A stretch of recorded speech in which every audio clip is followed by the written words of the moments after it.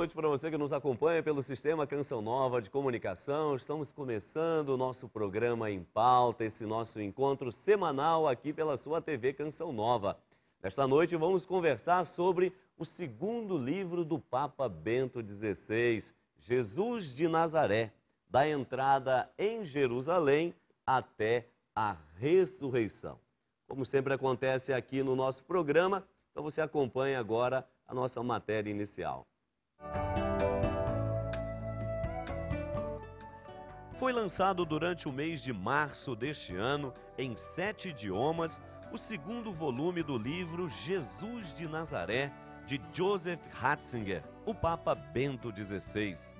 A obra, em 9 capítulos, é dedicada aos momentos que precederam a morte de Jesus e a sua ressurreição, mostrando, segundo o Papa, as palavras e os acontecimentos decisivos da vida de Cristo. O Papa não quis escrever a vida de Jesus, mas ilustrar a figura e a mensagem de Jesus para encontrar o verdadeiro Cristo, salienta a premissa do livro. Buscou desenvolver um olhar sobre o Jesus dos Evangelhos e uma sequência que pudesse tornar-se num encontro guiado pela hermenêutica da fé, mas ao mesmo tempo considerando responsavelmente as razões históricas para que possa ser útil a todos os leitores que querem encontrar Jesus e crer nele. Jesus de Nazaré, no Em Pauta desta noite.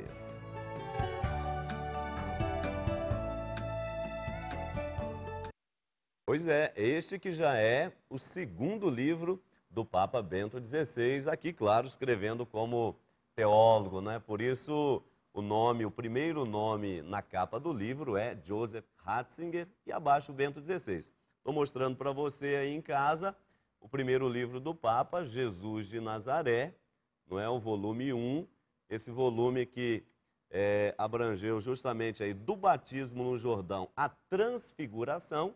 E agora, este segundo volume, todos os dois já em português, portanto você pode comprar aí em qualquer boa livraria, e católica inclusive, obviamente, não é? O segundo livro da entrada em Jerusalém até a ressurreição. E é sobre ele que nós vamos conversar hoje, tendo aqui nos nossos estúdios em Belo Horizonte, essa presença sempre amiga e fraterna, o nosso querido Frei Antônio Moser, diretor-presidente da editora Voz, não das editoras, eu sempre coloco no plural, porque o Frei está melhorando, né? E teólogo moralista. Boa noite, Frei Moser. Muito boa noite, Padre Hamilton, boa noite aos telespectadores. Realmente, essa sua colocação, editoras, pode ter algo de profético, porque, de fato, nós pensamos não em criar outra editora, mas alguns desdobramentos, alguns avanços, e celebrando seguramente. 101 anos, né? 110. 110? 110 anos. Tá certo, Frei. E é claro, aqui o recebemos novamente no nosso programa, ele que já esteve conversando conosco sobre o sínodo da palavra, também, não é, num outro momento, conversando sobre assuntos de teologia, e agora novamente temos a alegria de receber aqui conosco o Padre Luiz Henrique Eloy Silva, ele que é assessor da Comissão Episcopal Pastoral para a Doutrina da Fé da CNBB, e além disso também é professor, tanto na Pontifícia Universidade Católica aqui de Minas Gerais, quanto na FAGE, Faculdade Jesuíta de Filosofia e Teologia. Boa noite, professor. Seja bem-vindo novamente ao Em Pauta. Boa noite, agradeço mais uma vez este convite, saúdo o Frei Moser e os nossos caríssimos telespectadores e telespectadoras que nos acompanham para essa discussão muito importante sobre o livro do Papa. Tá certo. Olha, para você que está nos acompanhando, quero dizer para você o seguinte, o livro está aí, são 270 páginas aproximadamente, não é? 9 capítulos, temos aí nos capítulos da entrada em Jerusalém e purificação do templo, o discurso escatológico de Jesus, o lava-pés, a oração sacerdotal de Jesus, a última ceia, o Getsemane, processo de Jesus, a crucifixão e deposição de Jesus no sepulcro e, finalmente, aquilo que o Papa considera assim muito importante, faz um acento todo especial, a ressurreição de Jesus da morte. Então, o livro se divide nesses 9 capítulos, porém, o que nós queremos discutir no programa hoje é um pouco as linhas, a teologia, porquê de uma obra sobre Jesus de Nazaré a partir de Bento XVI. Então, eu já quero começar perguntando aqui ao Padre Luiz Henrique, a partir dessa premissa bíblica. Jesus disse o seguinte, no Evangelho de São João, capítulo 18, versículo 37b, perante Pilatos, quando estava sendo julgado, né? Jesus disse, eu nasci e vim ao mundo para isto, para dar testemunho da verdade. Todo aquele que é da verdade, escuta a minha voz. E aí Pilatos lhe disse, o que é a verdade? Silêncio pairou, e nós queremos saber, já no início desse programa, a respeito da verdade. Por isso eu quero perguntar ao Padre Luiz Henrique aqui, de início, por que o Papa resolveu escrever uma obra sobre Jesus? Quer dizer, o que está por trás, Padre Luiz Henrique, da preocupação de Bento XVI em relação à pessoa de Jesus de Nazaré? Antes de tudo, eu penso que o Papa Bento XVI, como teólogo, finíssimo teólogo, quis dar justamente uma contribuição, podemos dizer até dialética, à compreensão presente sobre a visão de Jesus, que tem nos últimos tempos estado sobre o palco das discussões teológicas, e inclusive de outras linhas, a respeito da busca do Jesus histórico. Obviamente, eu vejo os livros do Papa Bento XVI como parte do seu ministério petrino, sim, embora ele diga claramente que não faz parte diretamente do seu ministério, mas em que aspecto eu vejo?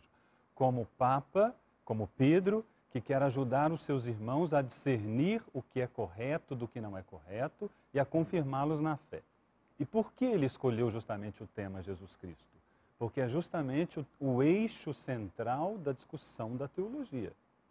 E a busca do Jesus histórico fez com que muitos estudiosos, até competentes, sérios, tivessem uma dificuldade quanto ao conceito história-realidade, história-ciência, e dividissem ou separassem o Cristo da fé do Cristo da história e do Cristo da ciência.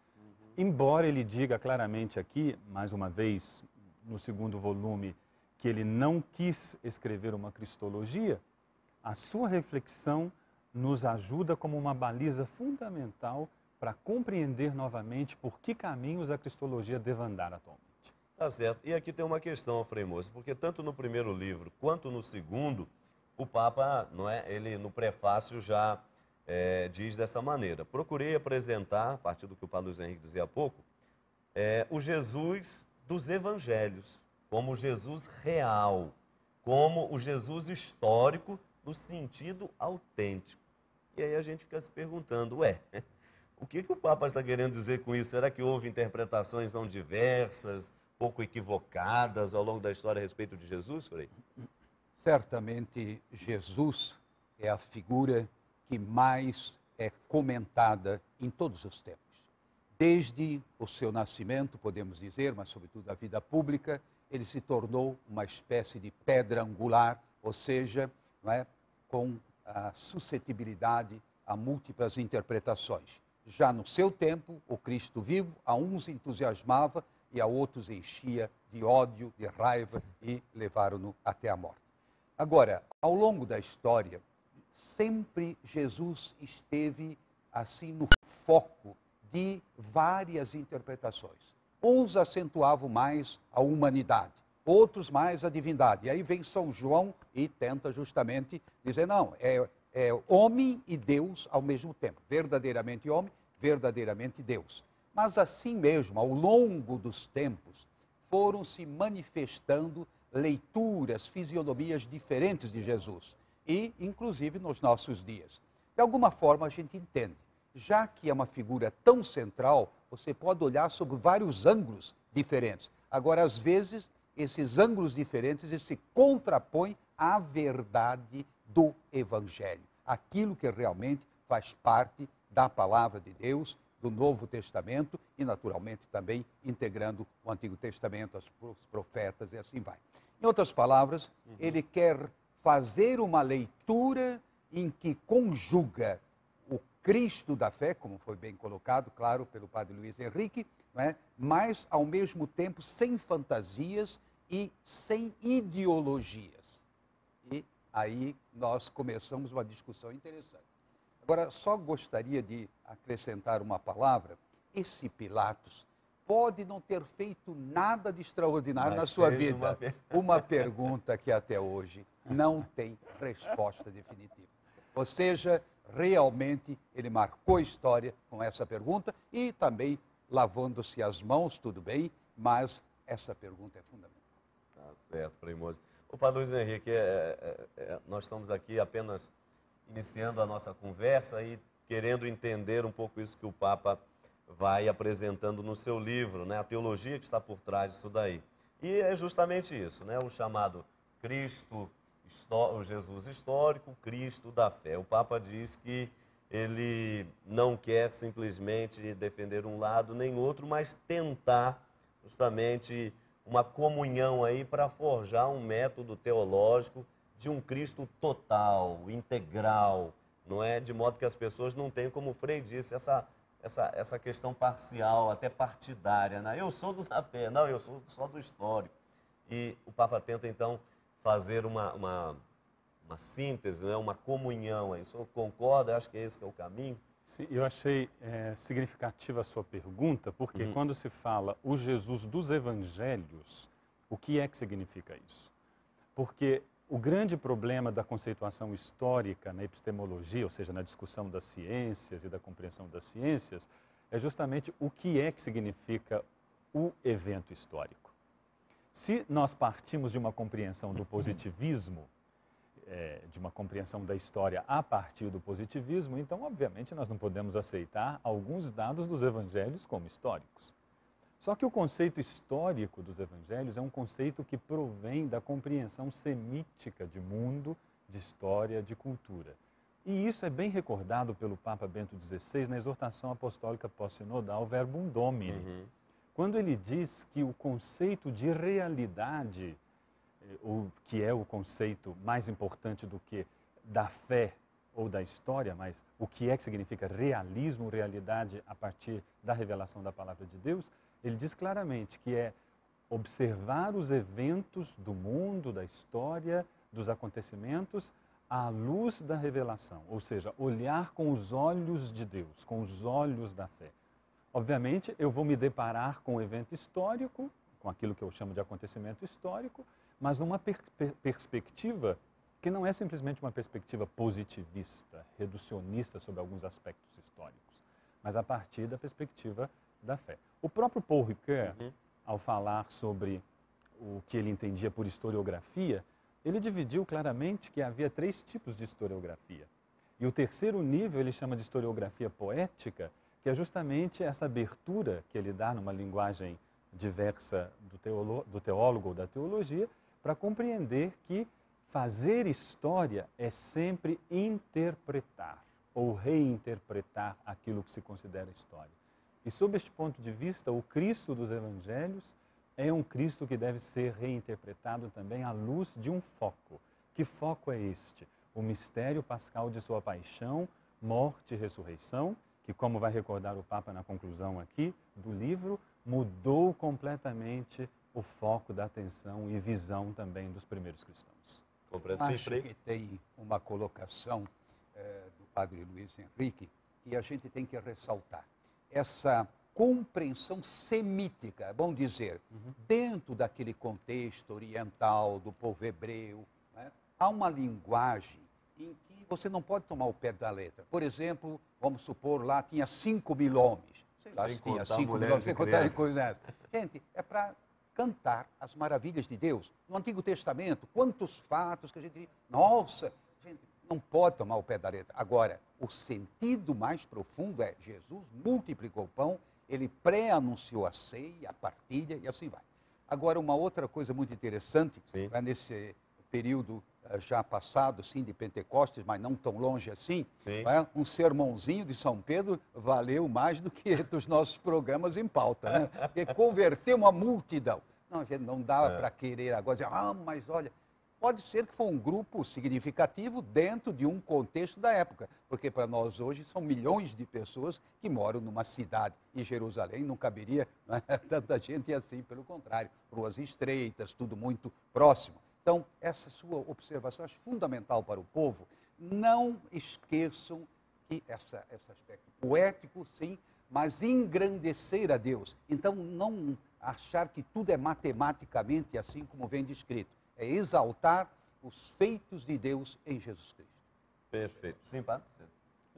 Tudo bem, para dizer que justamente sob esta perspectiva, o Papa quer retomar uma leitura a partir do Jesus real, o conceito de realidade, que ele justamente esclarece na exortação pós-sinodal, e que nem sempre pode ser colocado ao lado de histórico, porque o conceito histórico é equívoco, ele pode trazer incompreensões. Tá certo. Nós vamos para o nosso primeiro intervalo, você não saia daí, temos ainda muito o que conversar a respeito da teologia de Bento XVI, impressa aqui nesse seu novo livro, é o segundo, já já vamos saber também se teremos aí, quem sabe, um terceiro, mas enquanto independente de um terceiro, temos que avaliar, não é? Ler, degustar e debater, por que não, esse segundo livro do Papa Bento XVI. Rápido intervalo, já já estaremos de volta.